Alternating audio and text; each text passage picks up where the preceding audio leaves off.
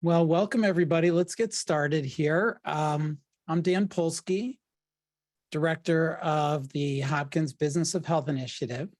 This initiative brings together scholars from across the university who share a vision of advancing health through affordable and equitable high-value health system.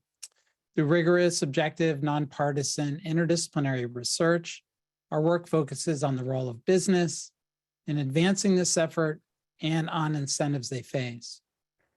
I'm really delighted to welcome you all to this next installment of our webinar series, Conversations on the Business of Health. So let's turn to today's webinar, Joys and Sorrows of Incorporating Artificial Intelligence into Healthcare Delivery. Before we get started, also a nod to our co-sponsor, Digital Business Development Initiative. So I'm going to turn the proceedings over to our moderators and creators of this exciting panel. First, we have Andrew Ching, Professor of Marketing, Economics, and Public Health at Johns Hopkins Carey Business School. He's a joint appointment at the business school at the Bloomberg School of Public Health. He's also Research Director of the Digital Business Development Initiative. Also, Ting-Long Dai, Professor of Operations Management and Business Analytics at Johns Hopkins Carey Business School. He has a joint appointment at the Johns Hopkins School of Nursing. So I'm going to turn it over to the two of you. We'll get started. Thank you, Dan. Welcome, everyone. Andrew and I have the honor and pleasure of welcoming our two distinguished speakers, Professor Avi Goldfarb and Professor Natalia Levina. So I'm going to start with to introduce Natalia. So Natalia is a professor of technology, operations, and statistics at the NYU Stern School for Business. Her primary research interest is in understanding how people across boundaries, which can include organizational boundary, professional boundary, and cultural boundaries, while creating and implementing technological innovations such as artificial intelligence. In particular, her current research interest looks at evaluation and application of AI in medicine. She has co-written many of my favorite papers. I would say that my very, very favorite is the one called "Is AI Ground Truth Really True?" The dangers of training and evaluating AI tools based on experts know what. So I'm going to turn to Andrew to introduce Avi. Thank you, Ting-Long. Professor Avi Goldfarb, who was my former colleague at U of Toronto for a long time. He's currently the Rotman Chair of in AI and Healthcare. Of course, also Professor of Marketing at the Rotman School of Management at U of Toronto. He has a lot of other affiliations, and I'm just going to name a few. He's the Chief Data Scientist at the Creative Destruction Lab, also based at U of Toronto, Rotman School of Management. And he's a research associate at the NBER, and he has published widely in marketing, management, and medicines, and political science, computing, economics, a whole bunch of works. He served as a senior editor at Marketing Science journal, top journal in marketing science, and also won the Inform's Long-Term Impact Award in marketing science. And he testified before the US Senate Judiciary Committee on Competition Privacy Issues on Digital Advertising. And he is the author of, one of the authors of a very timely topics books, very well-known books on prediction machines. And just a few days ago, his second book with the same set of co-authors, Power and Prediction, just came out. And I was just look up the Amazon just before the webinar, and the book is already #1 top sellers in the categories of AI. So that's all these informations. I hope that will help us to set the stage for the conversation today. Thanks, Andrew. That was I appreciate it. Oh, okay. So I turned it to Ting-Long for the first questions. Yeah, so we're just going to start with. Yeah, so we want to start with a really broad overview of the role of AI in healthcare delivery. So for many, many years, people talk about AI like it's a science, science fiction, like the future of healthcare.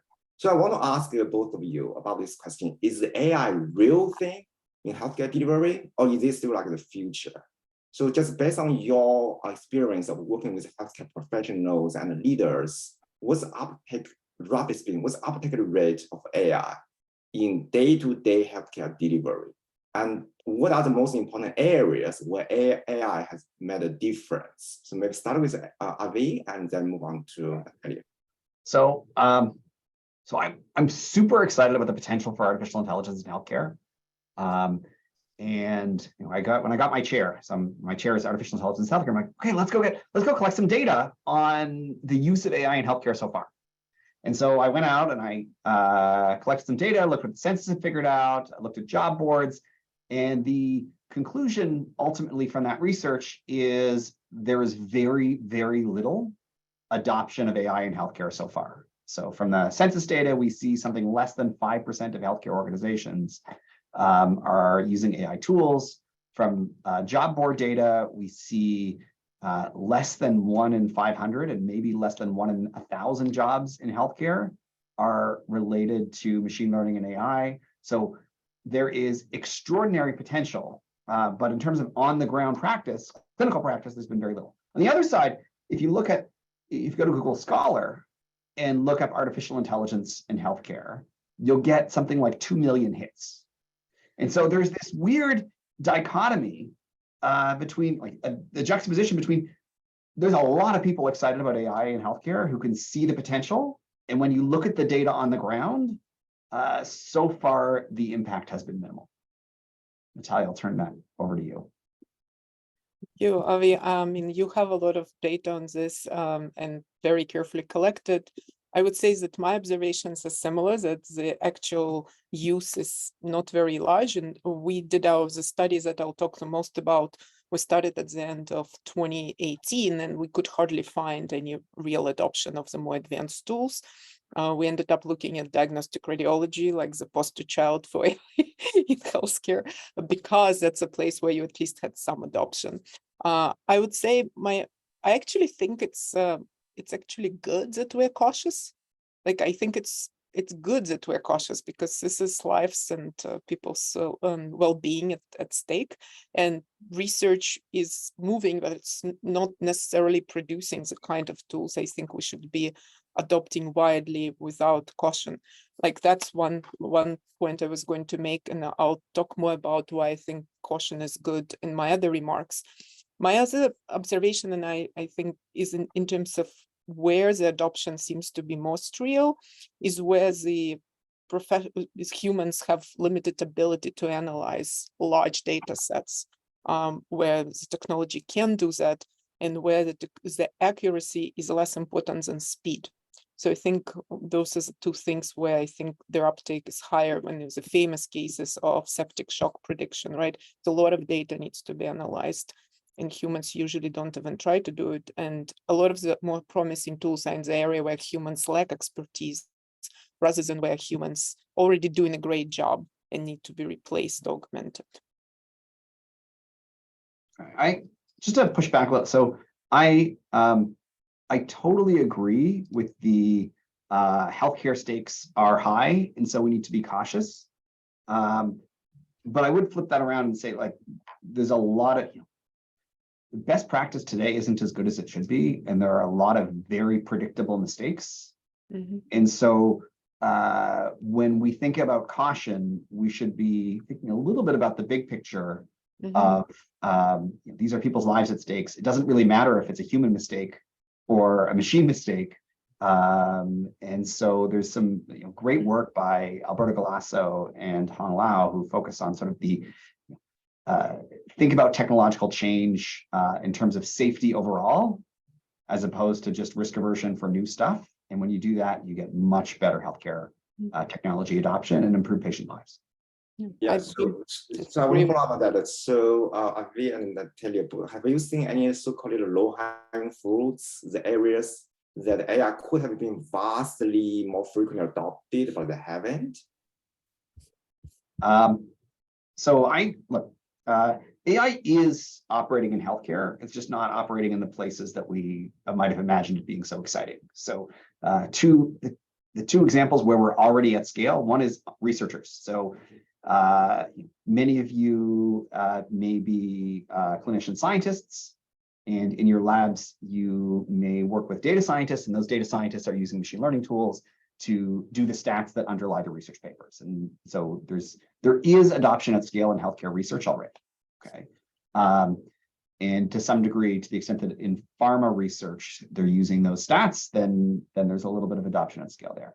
The other place is when it doesn't really touch the clinician's job or the patient's. So my favorite example is like in radiology. Maybe there's no place with more hype in AI in healthcare than radiology, right? Because we think image recognition, that's something machines do really well. And Jeff Hinton actually, who's the person who, for lack of a better word, discovered today's modern AI, deep learning, or is one of the leaders in it. He stood on the stage here, downstairs from where I'm sitting right now, and said, we should stop training radiologists now because it's completely obvious that within 5 years, deep learning is going to do better than radiology. And that was 6 years ago. And the image recognition is still inherently human. That said, the radiologist workflow is very different than it used to be. How so? It used to be a radiologist would look at a scan and talk into a microphone, okay? And then there was a team of humans who 30 years ago were probably downstairs in the hospital, and 10 years ago were based overseas, typically in India, who would transcribe that and send the transcription back to the radiologist. Okay. Now, as part of the radiologist workflow, there is AI doing the transcription instantly. Mm-hmm. It's changed how things work, but it hasn't transformed clinical practice in the way that we might have hoped. So I'm actually curious. So I totally agree with your observations that AI is in more places than probably even your survey respondents say they see it, right? So CAD for breast cancer is widely adopted, right, in many countries, and they may or may not tick that box when you ask it. And similarly, transcription, and we all are users of AI when it comes to stylistic and grammar tools, right? All the time. Who doesn't run word spelling, right? So, but if we look at this more critical decision aids, right? Rather, that's what this discussion presumably is about. And we did study diagnostic radiology. And I wasn't sure, Avi, if you were going to end by saying there should be more of uptake in diagnostic radiology, because that's where you were going. Oh. I'm still not sure, because what we learned in these pilot studies, as well as in what we're seeing now, is a huge push for by vendors and researchers to, like, here is a new shiny tool for AI in radiology, that they don't work as well. Even when people are on the forefront of adoption try to put them in practice, we see problems, which is what our research was about. So this notion of Hinton's has been undermined by practice. I don't think that, I'm sure, I think long-term we'll figure some of this out, but we haven't figured out how to make them both safe and useful right now. I think that's right. Here, I'm sorry, Andrew, go ahead. Yeah, I mean, this is great discussions, and this is sort of another questions that we have in our mind is, with all these tools that, with all these promises, but also have caveats, like Natalia just pointed out. What would you say is the main obstacles or hurdles for hospitals or practitioners to decide to adopt AI or take the leap of faith to try to use it? So that's something maybe Avi, you can. Yeah. What you want to say? Yeah. That's a natural point. I'm going to put a little background on me. Okay. So that is the theme of my new book. Oh, I see it's backwards. Oh, well, sorry about that. So that is the theme of my new book. So I'm going to just to give you that little plug, which is if you're, there it is. Thanks, Sigmund. If you're thinking about adopting AI in your current workflow, okay, ultimately the upside is going to be very limited, right? So the way we typically think about adopting a new technology in healthcare and elsewhere is we have our workflow, we look through our workflow, we identify, oh, wait, what are tasks in that workflow that are prediction tasks that a machine we could drop in a machine, take out some human process perhaps, and do that little part of the workflow better. Okay. And so we've seen that now, 5 or 10 years into the large-scale impact of AI on businesses. And ultimately, the impact of replacing a human process with a machine, but not doing anything else is pretty limited. So for most organizations, the juice isn't worth the squeeze and they're not bothering. And we're seeing that overwhelmingly in healthcare. Like, is it really worth the risk of doing all this differently to just, make the radiologist job that like incrementally better? Maybe not. And is it worth the effort? No. Where the big picture impact lies, the potential for it is to realize that, well, once you have better predictions, you can reimagine the way you do things. You can think about system level change. So rather than modeling things and understanding the impact of AI at the task level, thinking through what are the constraints to your current workflow that exist because of bad prediction, and how can you go another step, if you had better prediction, in order to do things entirely differently to create new value to ultimately to patients and deliver just much, much better healthcare. So look for, rather than the incremental benefit, the big benefit. Now, doing that is hard because that requires reimagining workflows. And in healthcare, we worry a lot about risk for good reason. And so once we start reimagining workflows, things will go wrong. And so there are good reasons to be cautious, but there's also good reasons to recognize, as I said right at the beginning, that there's lots of things we're doing badly already, that maybe we, where we see medical mistakes killing hundreds of thousands of Americans every year. Mm-hmm. Maybe as part of those places, we could think about implementing AI. So like the reimagining a system sounds very abstract. And I'm happy to go into details now or later. I'll leave it to Ting-Long and Andrew to tell me when to provide that level of detail. Yeah, Natalia, do you have? Yeah, actually, respond or give us another view on that, and then maybe we'll come back. We can go back to other. I actually agree with that overall sentiment. That so I was thinking of this question on a bit more micro level, right? Of what we see in our research on the ground in terms of adoption, but the answer is the same as Avi gave. Like the issue is that people are not thinking of this sort of the overall goals. They seem to be thinking of like, what can we do? Which tasks are predictable and what can we do for this process? And that's how the tools are developed.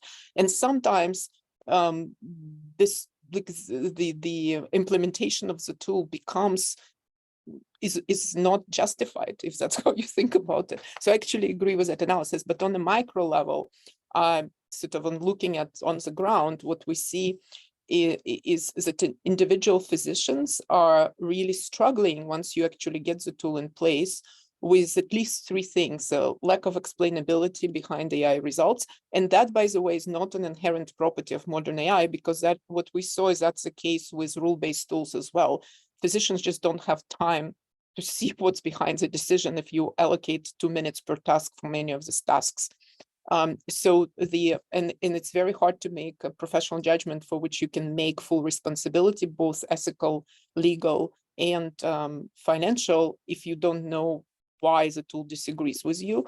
It's a lack of time, as I already mentioned, for reconciling the second opinion of AI with your own opinion.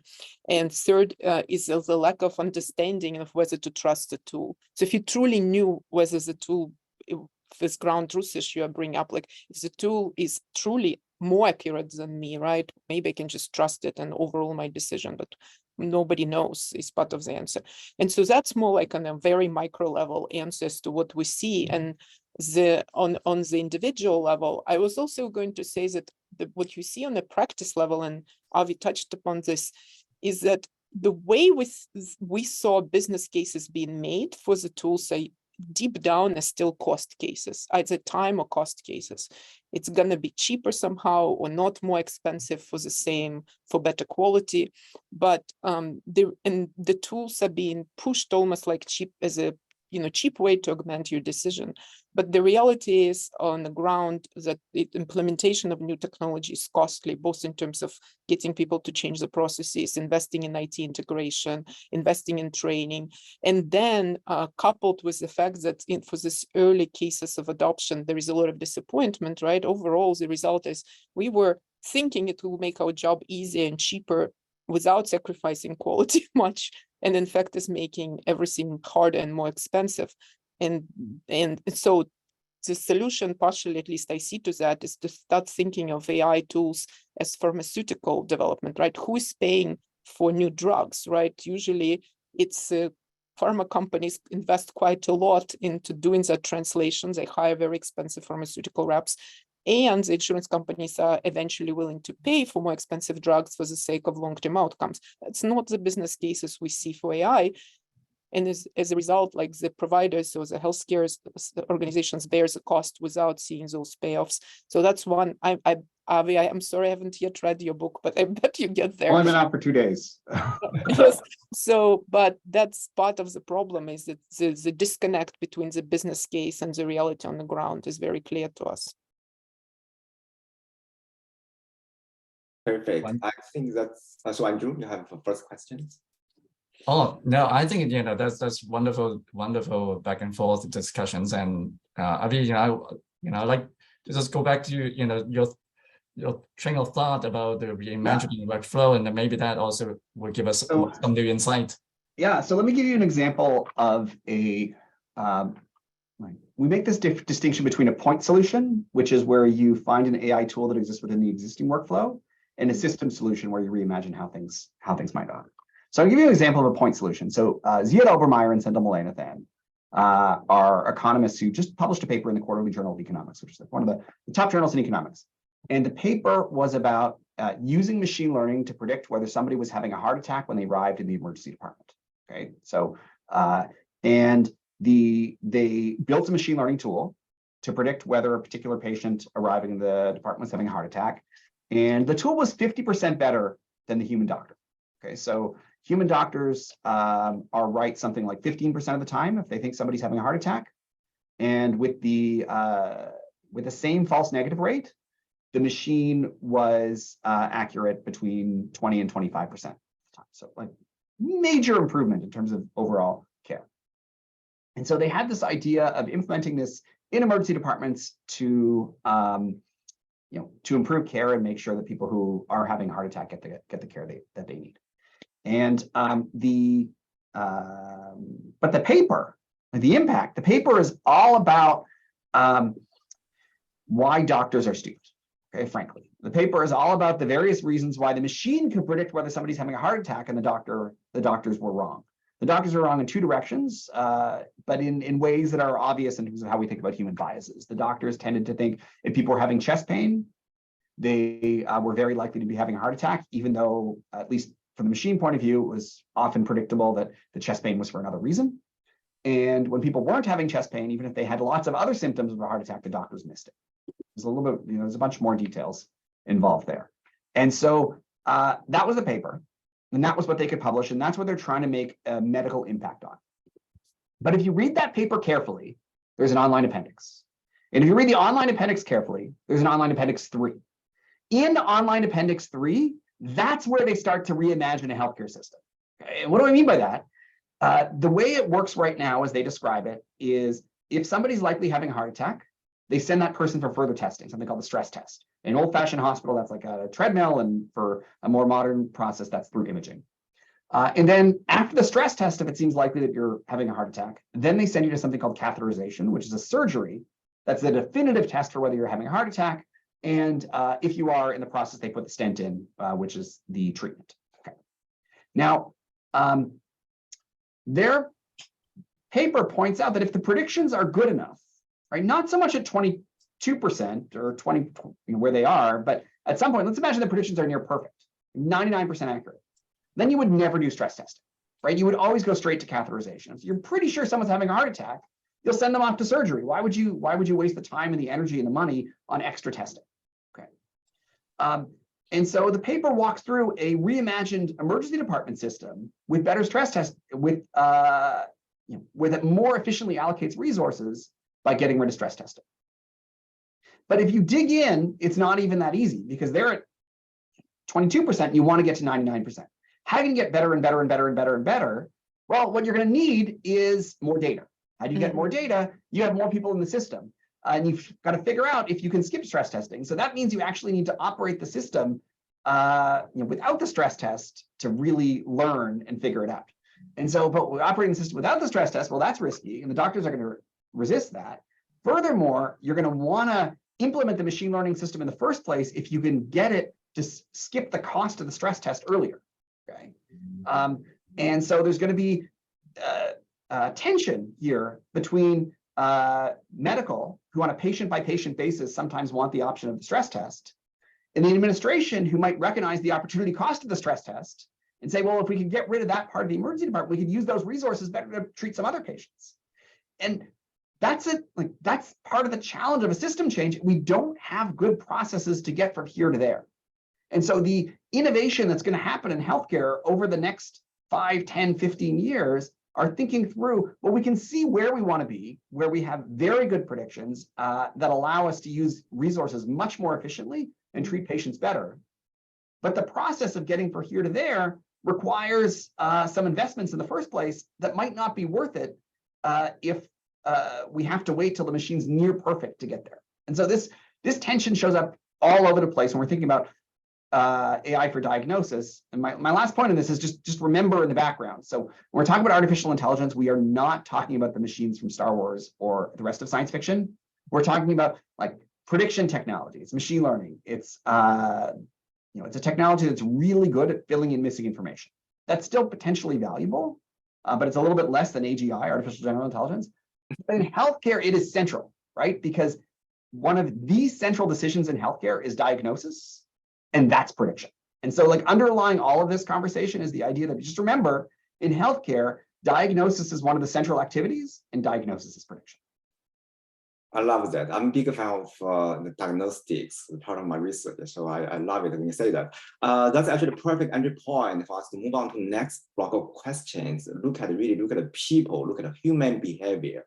Eventually, outside of the abstract, the institutional level discussion, think about the physicians and the patients. Physicians are the people who actually are real under consumers of AI, but the patients are the people who need to accept AI, right? So from that, I will ask Avi, as a marketing professor, from consumer behavior perspective, do you think patients really accept AI as good solutions yet at this point?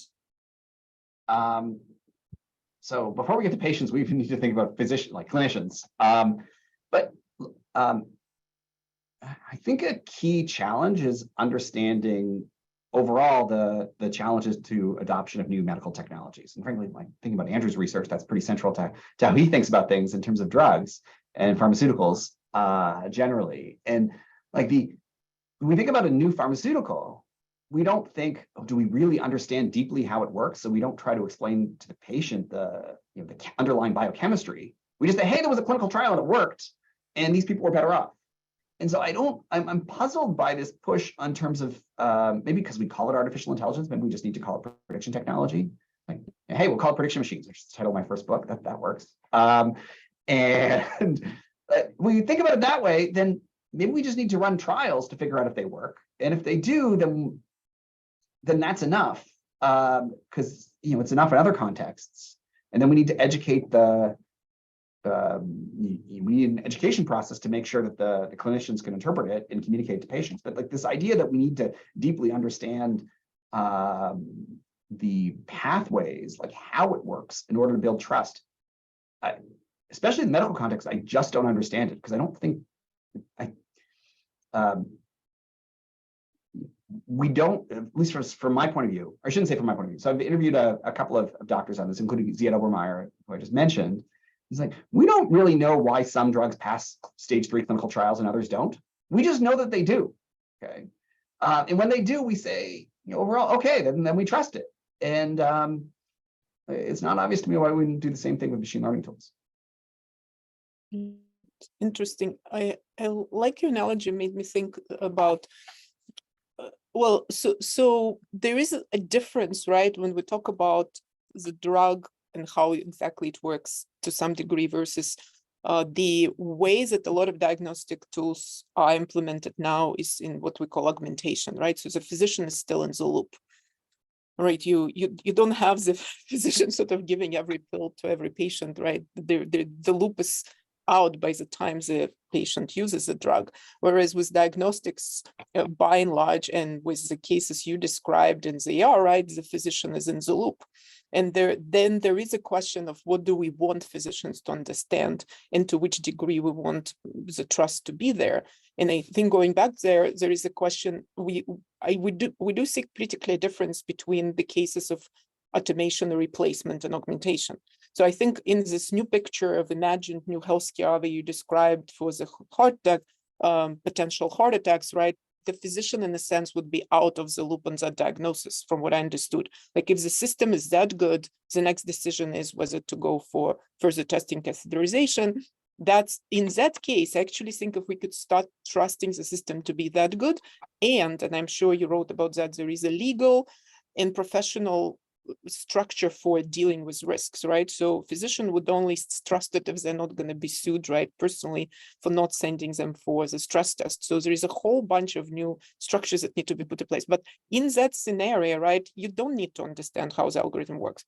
In the scenario where the physician is using the system as a second opinion, which is what we see in majority of diagnostic radiology, right? The physician has to figure out what the system means, what the answer means.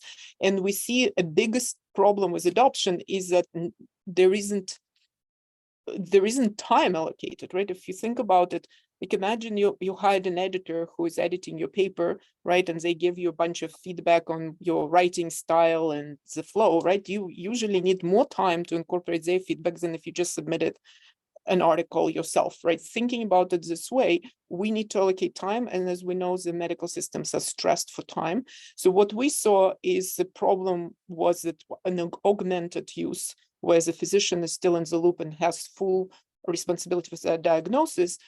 The only cases where they were actually truly engaging in the use of technology was when they felt they could allocate the time to figure out what to do with the AI's input, and where they saw the benefit to the very clear benefit to the diagnosis. In the other cases, either there was no way they could make sense out of what the tool said, given the nature of the tool, or they just simply didn't feel was justifying their time versus some other things. And that's why I think this system thinking helps, right? If you imagine the time for the improved mammography diagnosis, where you fully reconcile the opinion of the AI and the doctor, is 2 to 3 times longer rather than a few seconds, which is what's reported. Then you might as well start considering an ultrasound for some cases, much more expensive diagnosis. So if there is a lot of doubt, you might have a completely new system where, you know, anything in doubt we would send to next level of testing. So going back to that, I think the way we should start thinking about augmentation case versus automation case is where we make a case for quality or long-term cost savings, right? Prediction prevents longer-term expensive treatment, and increase the time for the sake of improved quality in the diagnosis mode if we're really using second opinion type of scenarios. So that's kind of, I think I agree with you, and I think there is this extra dimension of the trade-off.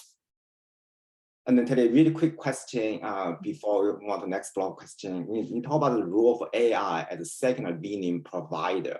So the other way of looking at AI is that they could also be used as a gatekeeper.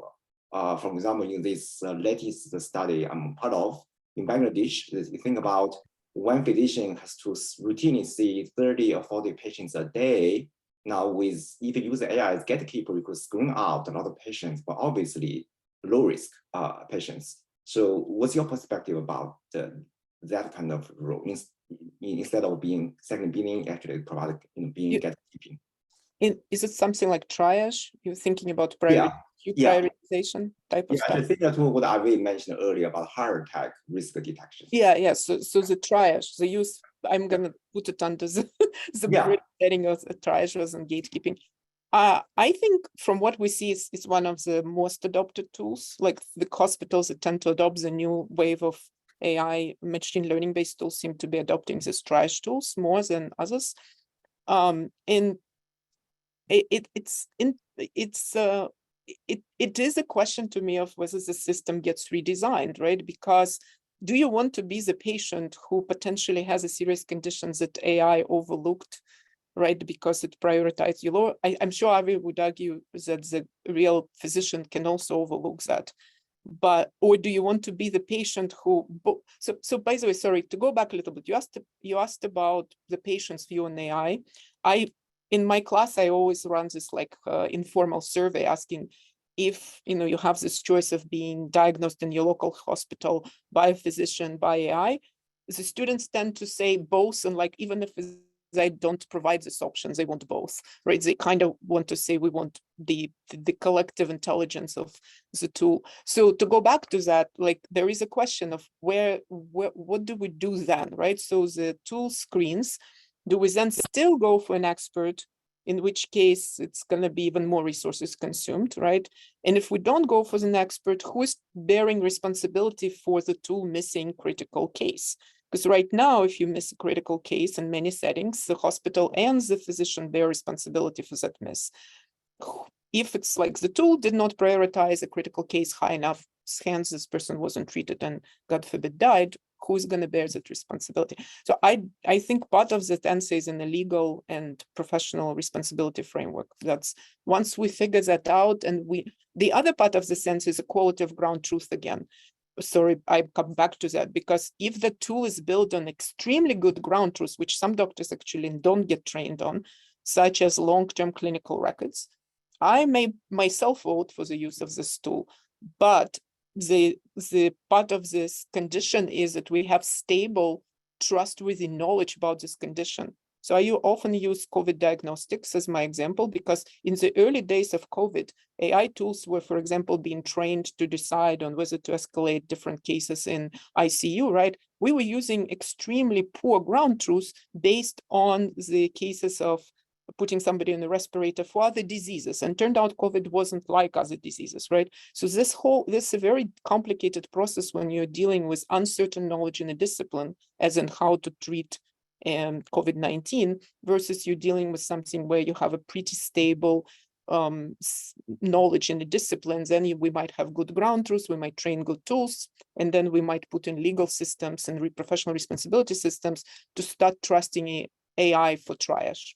That's best. It's really, really interesting. All these issues, I think we can just keep sticking on this issue for another hour, but we have limited time, and there's a few things that we like to get some insight from you as well. And here's the thing that we were thinking, Dinglan and I were thinking about the future of AI, the role of AI will play in the near future. And I think let me ask you this first, to both of you. If you're gonna just name maybe one ongoing development in AI that you think will be a game changer, what would that be for in the healthcare delivery, in the health side?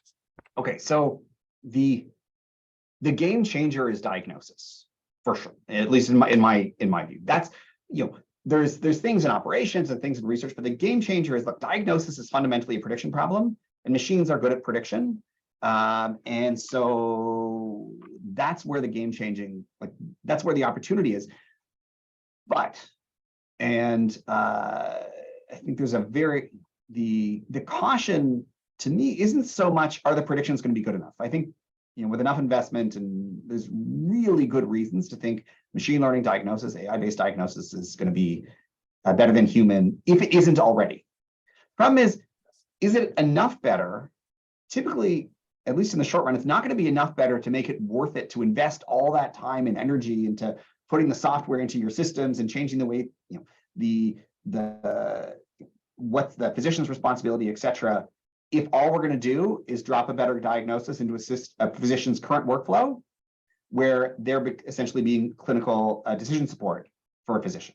So if we're not changing the way things operate, despite diagnosis being the big potential, we're not going to see a lot of it in practice. So the potential is taking that diagnosis and then rethinking how we can practice some aspect of medicine.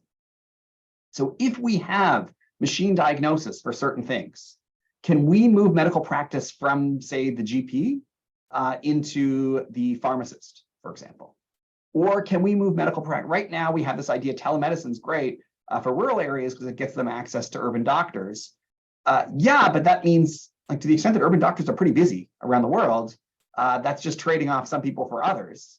The real opportunity is, or a real opportunity, is to think through, well, if we could have the local medical practitioner in a rural area, who may very well be a pharmacist or a nurse or somebody else, to provide at least that first layer of medical help, because the prediction tool gets, maybe diagnoses 20% or 40% or 60% of the most common ailments.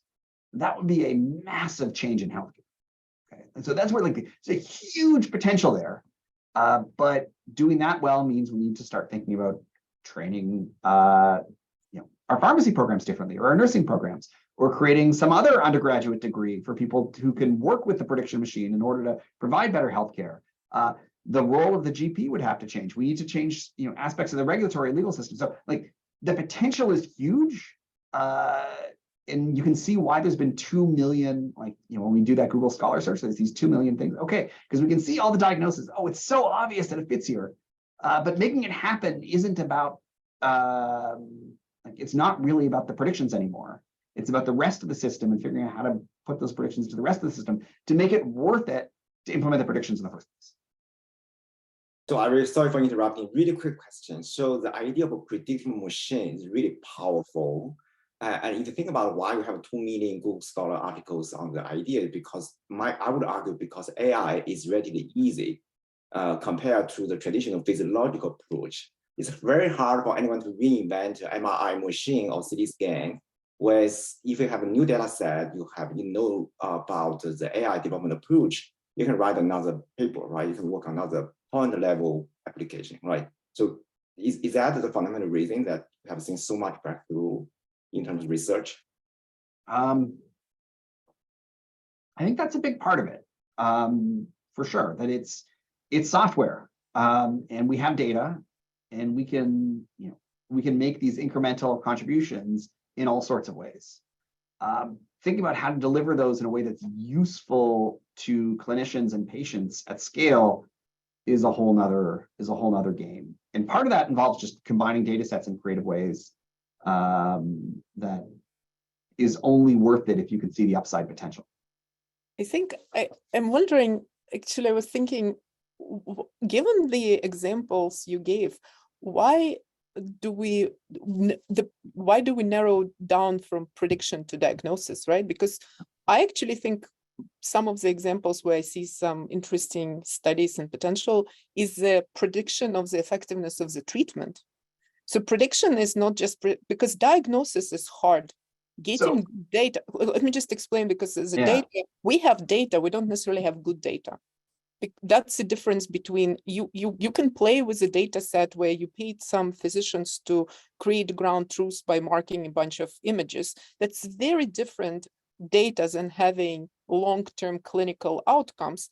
And with diagnosis, it's hard, as we know. First, we have patients' trajectories in different systems. Some patients receive some treatments, others didn't. Now, if we turn this around and we start thinking about investing resources into creating high quality data that is potentially not data about diagnosis, but data about the treatment, we might have better results, right? Because we can actually see what worked from diagnosis to treatment much easier. And I just want to say that you asked, just to answer your question about what I'm excited about, I'm actually excited that some foundations, for example, Alzheimer foundations, have invested in this like multi-year, extremely high quality data sets that would be tracing people from early on, potentially before any onset of dementia or Alzheimer's, down to like potentially seeing it on diagnostic tests towards treatment. And Alzheimer's is an example where the current radiology diagnostics really poor, right? So you end up with, maybe you can do better than doctors, maybe you can cut out radiologists fully out, like things like that make me more excited, where you start thinking systemically, you start with good data before you start playing with prediction. So I fully agree with you with the good data point. I think I disagree on treatment, okay? And here's why, which is that treatment's a causal inference problem, it's not a prediction problem, okay? So if you think treatments are random, and they are in clinical trials, then sure, then we use AI for treatment. But if we think the treatment determined is a decision, then we don't have data on the counterfactual for a particular patient, what would have happened to them had they not received the treatment. And that means that prediction machines, AI, like that's the wrong tool. We need causal inference stats. And so I see okay, if we collect amazing data, then great. But if the amazing data doesn't have a randomized component, then actually using AI for treatment, unless all we're trying to do is predict what the human would do. That's one version of it. Predict what the human doc would prescribe as treatment. That's a prediction problem. But to figure out, to predict which treatments are going to work, well, that sounds like a prediction problem, but it's actually causal inference, which is the wrong kind of stats, which can really lead you down the wrong path. Unless, and there's two unlesses, and maybe this is where you were going, unless number one, the data is from a randomized trial, right? So we do have randomness. And unless number two is one of the most exciting AI and healthcare companies I've seen, or technologies, I should say, I've seen over the past year or two, was a company trying to create digital twins, what they call digital twins, but basically simulated organs, okay?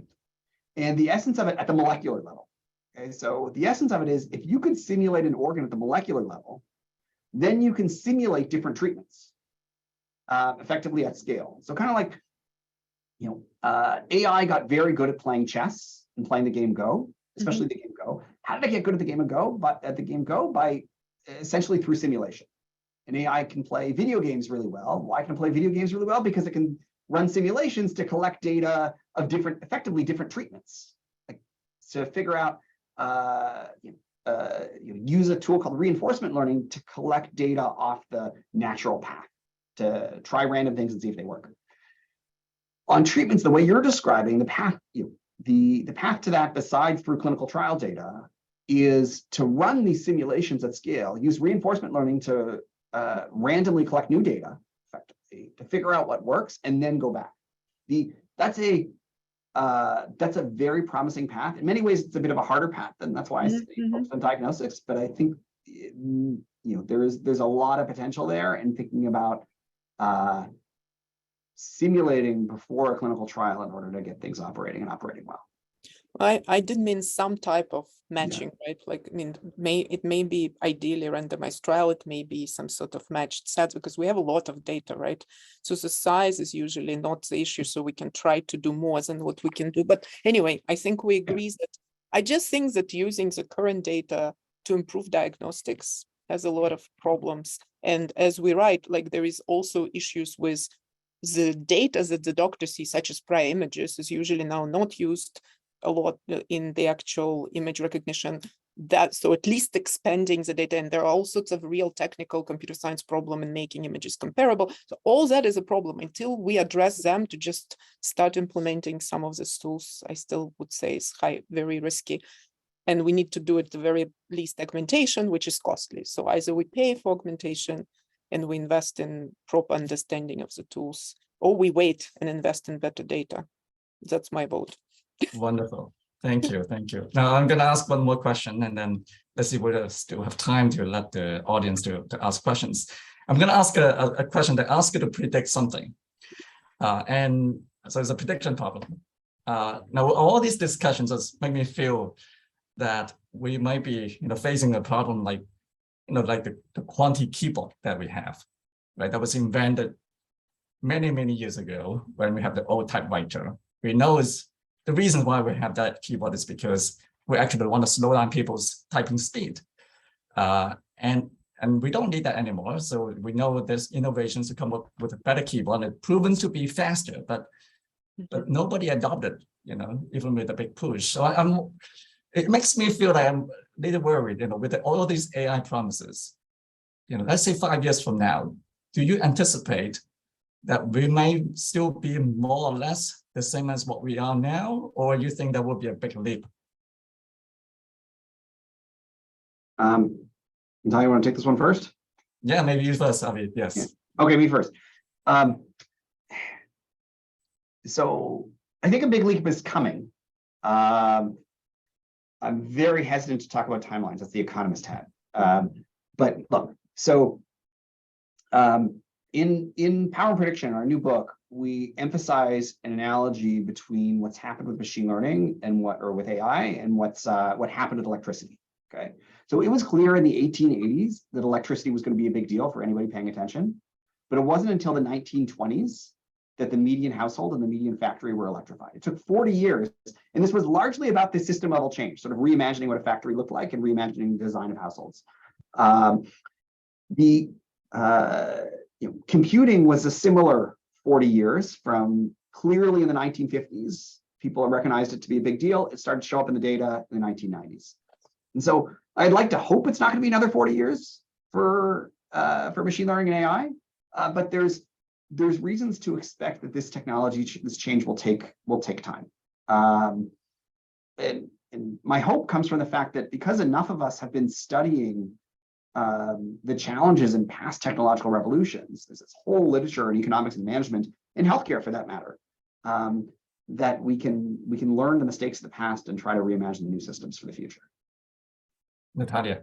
Yeah, I'm kind of with Avi here on a timeline and even less optimistic because, well, on the one hand, actually, right, AI as a term, and even in medicine, has been around since the 60s. Like I took my AI class at MIT in, I'm trying to remember, 96, and we would study in Mycin and the notions that why a physician not using Mycin, the old AI, right? So that's been like, you can do the math for about 30 years now, at least for that. And I think that, okay, let's say we move to prediction machines away from old AI, hasn't yet been 40 years, but I think it would be much longer than 5 and probably a long time. And I'm not sure Avi we're learning that much from prior revolutions, especially because healthcare system is so institutionalized, so entrenched, so stressed for resources. As we see already in finance, right, we see much more of this adoption, right, because the profits rule. We see it in other areas. For us, with the legal barriers, to see it in healthcare would take a very long time. So again, like what you said earlier, like we see it more in research, we see it more in pharmaceuticals, these areas that are less entrenched, and systems stressed for resources tend to be hard to change. Right, which it takes them forever to implement and upgrade to PACS, right? Well, like all of we're talking well, about. they do and they don't, right? So system stress for resources are hard to change from the inside, Yeah, but they're often very easy to change from the outside. And so the question is, like, how do we think about competition in healthcare? And that's where I think to me, that's where the competition entry in healthcare is hard, and that's where the challenge really lies. Yeah, so yeah, I agree. From outside, something might happen. From inside, it's 40 years minimum. I don't know from now or from when we should start counting, because we're into this, but I don't think it's going to be in the next 5. I like your both cautious and also optimistic perspective, and has been really stimulating, really inspiring conversation so far. We got a lot of questions from the audience. We won't be able to take all of them in the next 5-6 minutes, but I promise we share all of them with both panelists so that they can respond as they see fit. But let's see how many we can take. I would like to start with a question from Ritu. And so Ritu wrote that if you think about the AI adoption, it's not like if you build it, people will come. It's more like if you pay for it, people will use it, right? So from that perspective, any thoughts about how CMS and others may tweak the reimbursement scheme to accelerate adoption of AI? Actually, can I take this first? My very first point, which I forgot to make, is the case where we see the widest adoption of AI, and I know like in radiology, is breast cancer mammography, where the system pays extra for the read, right? So where we see all wide adoption is when the money talks and the insurance pays significantly enough extra, given how how little slack there is in the system for reading breast cancer mammograms, to encourage adoption, right? And sometimes to mandate it in Europe as well, like it's not just encouraged. So I think we see at least one answer. The question is whether it's actually justified. Should it be done this way, given what we saw on the ground where doctors really don't pay that much attention to what AI says? That's a different question. But if we start seeing insurance companies paying for some of it, And I did make this point earlier, they should then be also investing into understanding how the processes should change and what the eventual improvement is to quality or longer term costs. I don't know if they're doing it. I don't see insurance companies going in and like doing these studies and sponsoring it. At least I haven't seen any of it, but they should. Yeah, so I just put it in the answers. Ariel Stern, Nicholson Price, and Timo Minson and I have a paper in a New England Journal of Medicine Catalyst that's exactly about the insurance point that Natalia just brought up. So if you're interested, I put the reference in there. Yeah, so I think related to your AI insurance paper, I think that I assume it has something to do with the liability concerns, right? So quite a few of people from the audience actually raised the liability related question. For example, Brad Greenwood wrote on can you talk about how the role of malpractice litigation, the larger adoption and the use of machine learning tools in the diagnostic process? So one of the hard things, so right now when a clinician makes a decision, the prediction and the judgment are combined in their head, and they describe what to do. With a machine, with a prediction machine, with an AI, that prediction and judgment are no longer combined in their head. You get an explicit number for the prediction. Okay. The problem with that, from the point of view of liability and care in our current processes, is that it instantly becomes auditable. Okay, so we can't really know why a human made a particular decision, but we can know how an AI generated a particular prediction and how, in what decision a human made with that prediction. And because of that, under current processes, we open ourselves up to all sorts of liability because we lose the ambiguity. Even if in aggregate the decisions are better, and there's reasons to think they will be, the predictions have error, like any statistical prediction, and so there's going to be things that go wrong. And so a real challenge in implementation is thinking through, how do we deal with that ability to audit without massively increasing liability risk.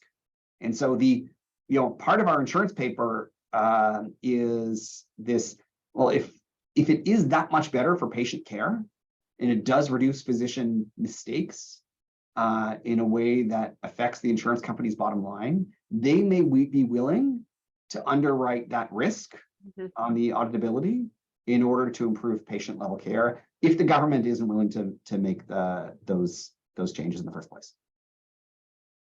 Yeah, I totally agree, but I was also thinking of the opposite case, which is when the system is correct. For example, the physician, let's say the AI system makes the accurate diagnosis.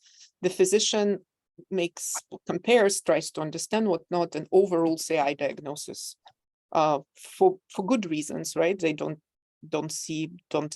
agree. They become liable. I think you were talking about the question of AI error, right? So we go with what AI said, somebody sues somebody, right, with that. I think we saw more of a risks of people concerned about this risk because their actions are auditable as compared to AI action. So when you have the system correctly diagnosing something, the doctor still overrules, potentially for, at the time, good reasons rather than just lack of care. That's another area of liability that is pretty significant and they're concerned about. And then they know that everything is audited. And just to add, I don't know whether people have experienced it already, but in the Epic systems that my hospital system uses, not only do I see the images now, I see the AI reads as well. So I can imagine that like very soon patients who have time on their hands and are curious start opening this and saying, wait, AI said something, the doctor overruled it, why? And we already are going to see that type of scenario, and what do we do with that? And that might actually be stressful and not justified, right? If if the doctor overruled for good reasons, but we start seeing it with Epic. And from what I understand, it's a feature, right, that some hospitals turn on and off whether you see the AI read. But my hospital system and Wollongong turned it on. So now I see, and I'm curious, like, what happens to other patients when they see the AI read and then they're overruled by the doctor? How do they behave? Well, that's excellent discussion. I wish we schedule this webinar for another 30 minutes because there's so many interesting questions from the audience that I'd like to ask, but we just didn't have time to get to it. It's already 1 o'clock. But we will share these questions with our panelists. And if you have time, and maybe this is kind of thought-provoking ideas as well. We can find some ways to continue the exchanges. Absolutely. I'm seeing the questions. I was trying to answer them as quickly as I could. These are fantastic questions. Yeah, I'm not trying to multitask, but I will. Yeah. You're better than me at this. Yeah, I think both of you can use the AI in answering this question. Yeah. We'll bring an AI with you next time. So thank you, everyone. And that concludes our webinar. And we have a next webinar on December 16th called Business of Digital Behavioral Health, which is somehow related to today's webinar. Thank you all. Have a great weekend. And thank you very much, Levina and Natalia. Thank you. Nice weekend. Bye-bye.